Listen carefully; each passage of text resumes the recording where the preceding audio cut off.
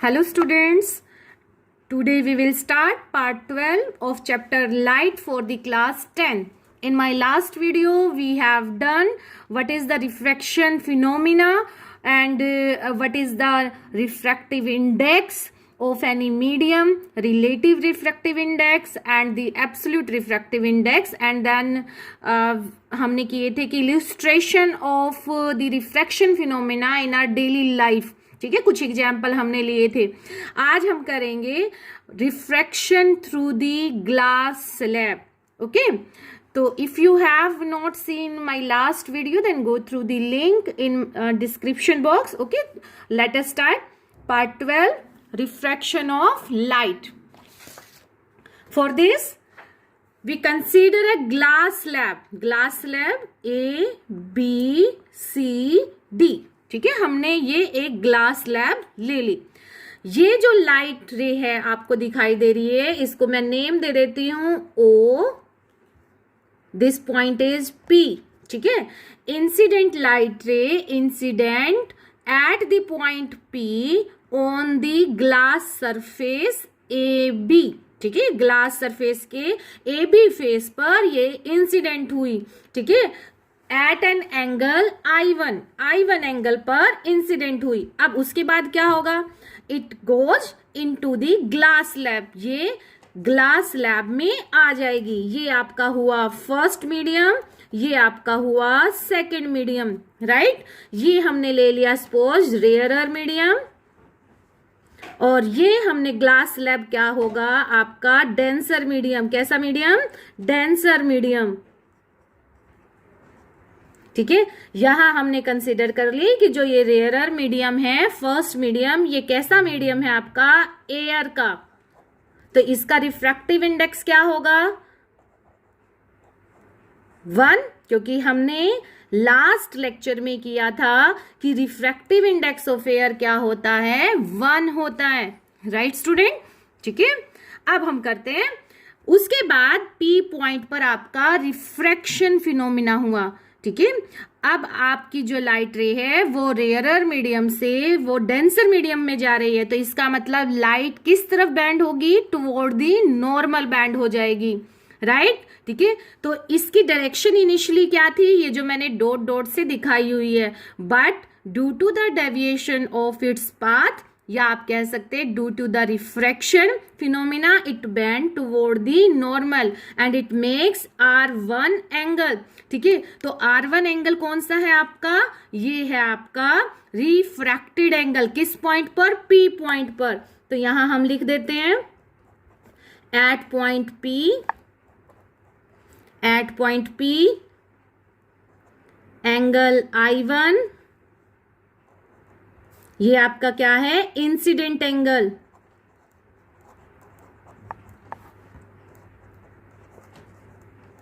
ठीक है, और R2 क्या है आपका एंगल?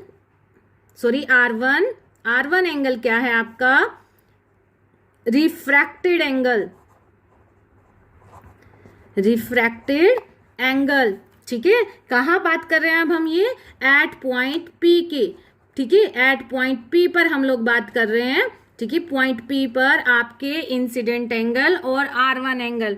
अब जब ये रिफ्रैक्टेड लाइट रे P से दूसरे फेस CD पर जाएगी तो CD फेस पर भी ये इंसिडेंट होगी. मान के चलो ये पॉइंट है आपका R, कैपिटल R.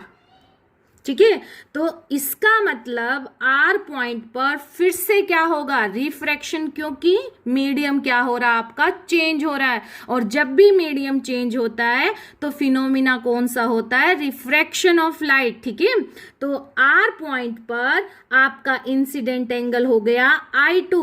ठीक है, और रिफ्रैक्टेड एंगल जो हुआ वो हो गया R2. ठीक है, या इसको हम अमर्जेंट एंगल भी बोलते हैं, जिसको मैंने रिप्रेजेंट किया है E से. ठीक है, अब आप देखिए जो ये अमर्जेंट लाइट है, ये क्या है? अमर्जेंट लाइट.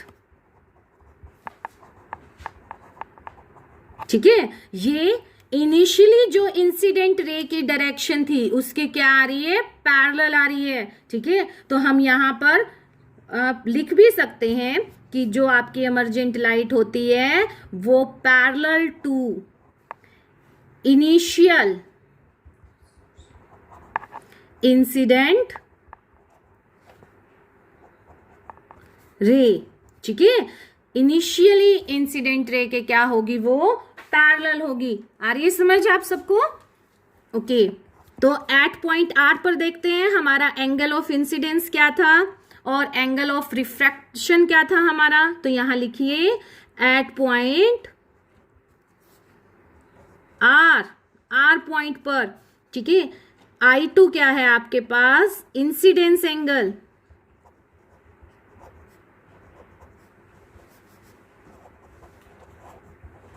राइट। और आपका रिफ्रैक्टेड एंगल क्या है, वो है आपका R2।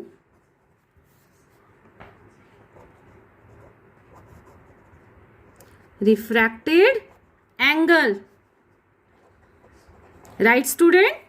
ओके, अब हमारे पास दो पॉइंट आए जहां पर रिफ्रैक्शन फिनोमिना होता है। First point P, second point आपका आया R, ठीक है। आप देख भी सकते हो, first point P and second is R।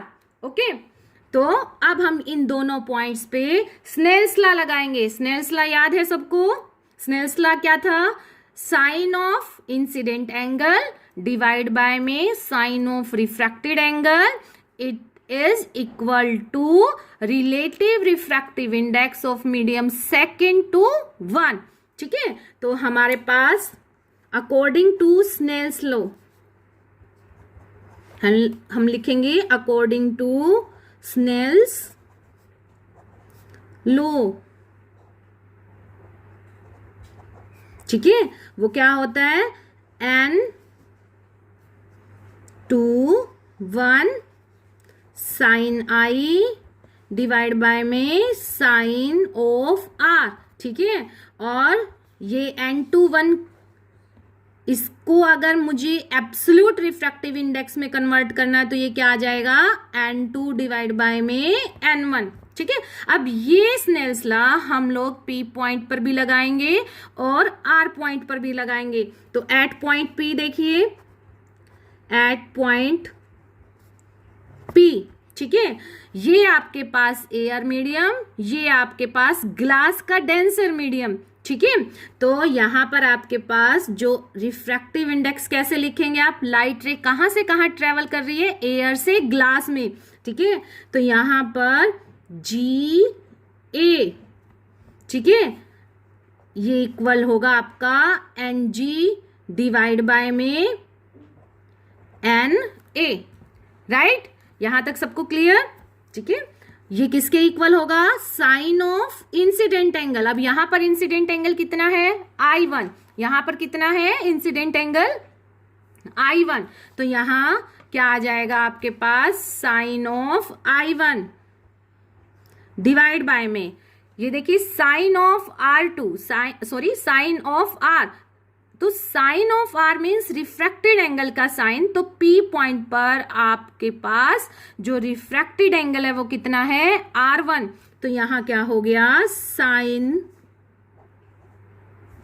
R1, ठीक है।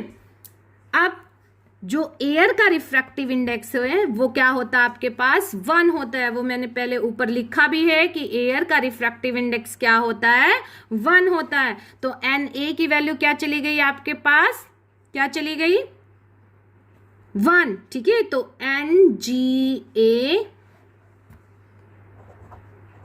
ये किसके इक्वल हो गया आपका, NG equal to sine of I1 divide by में साइन ऑफ R1, ठीक है। इस इक्वेशन को नाम दे दो इक्वेशन 1, ठीक है। अब हम देखेंगे Snell's law at point R। तो लिखो स्नेल्स लॉ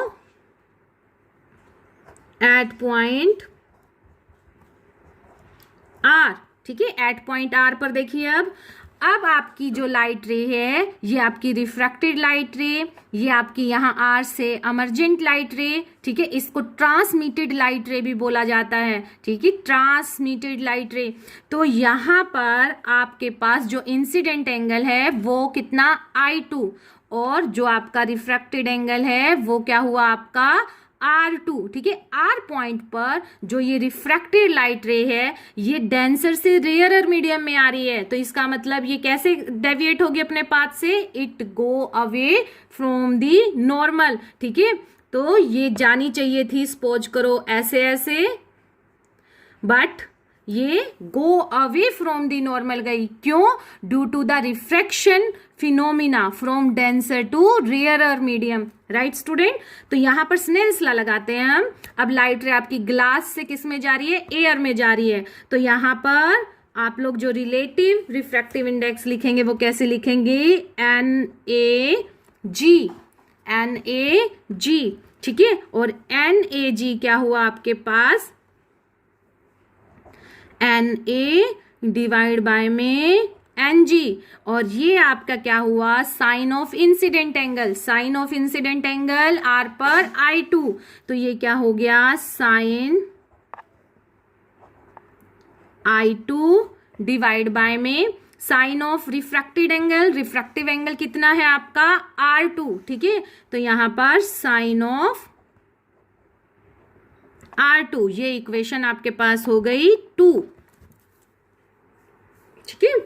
अब इन दोनों इक्वेशंस की क्या कर दो, आपस में मल्टीप्लीकेशन कर दो। यहां पर Na की वैल्यू भी क्या पुट करोगे, 1 पुट करोगे, तो ये आपके पास एक तरह से क्या आ जाएगा, 1 में NG, 1 में NG equal to sine of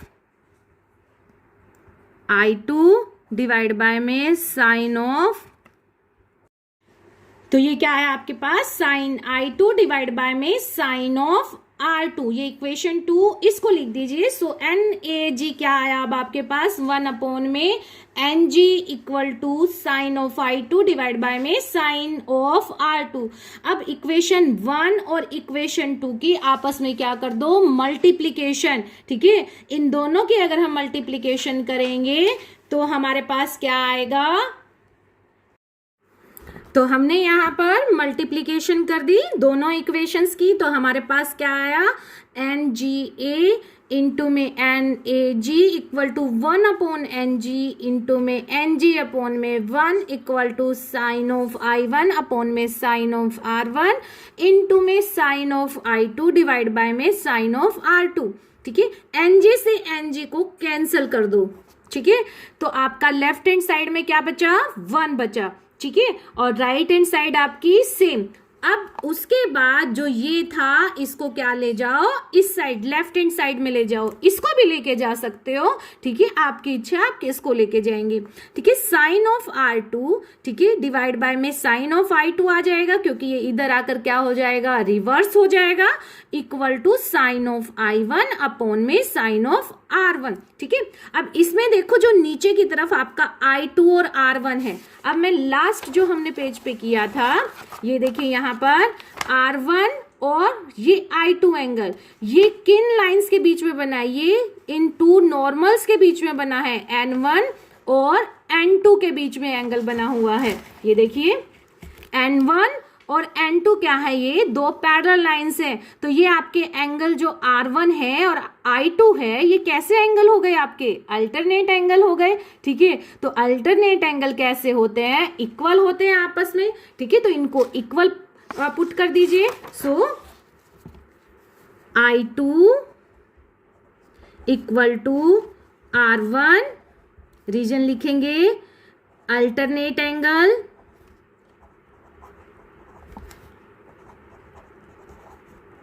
right, ठीक है। सो हम क्या लिख सकते हैं, sine of R2 equal to sine of I1, right. तो अगर साइन ऑफ R2 और साइन ऑफ I1 इक्वल है तो क्या हुआ, R2 इक्वल टू I1 और R2 को हमने क्या बोला था, इमर्जेंट एंगल E, तो E किसके इक्वल हुआ, I1 के इक्वल हुआ। ठीक है, तो अगर एंगल E और एंगल I1 आपस में इक्वल है तो इसका मतलब क्या हो गया कि जो ट्रांसमिटेड लाइट है आपके पास, transmitted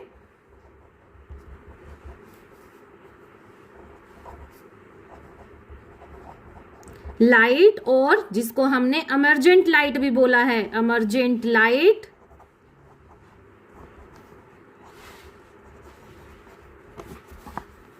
are transmitted light, emergent light, and initial direction of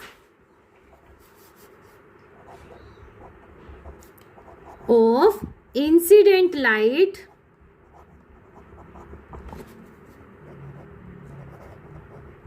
are parallel to each other, are parallel to each other। ठीक है, तो ये था आपका refraction phenomena through the glass slab. अब इसमें हम लोग एक लेटरल शिफ्ट भी निकाल सकते हैं। लेटरल शिफ्ट क्या होता है, लेटरल शिफ्ट पहले ये समझिए, लेटरल शिफ्ट। ठीक है, अब देखिए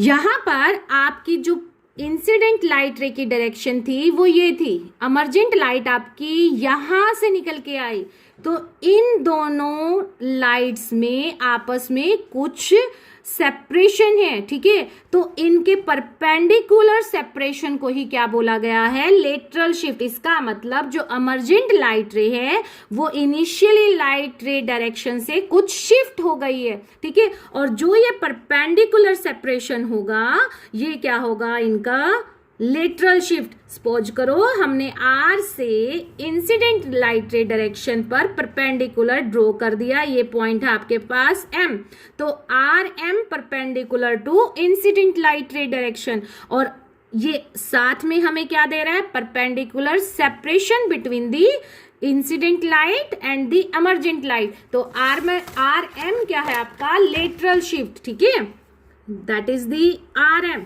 ठीक है, आप इसकी डेफिनेशन क्या बनाएंगे, it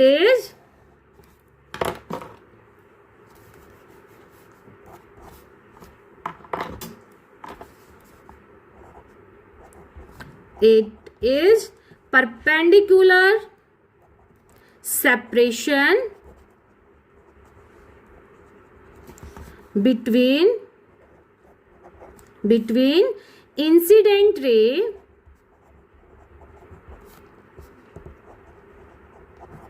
and emergent ray।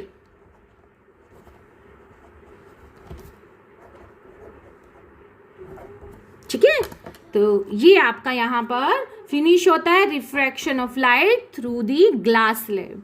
If you like it then subscribe my channel. Okay, thank you.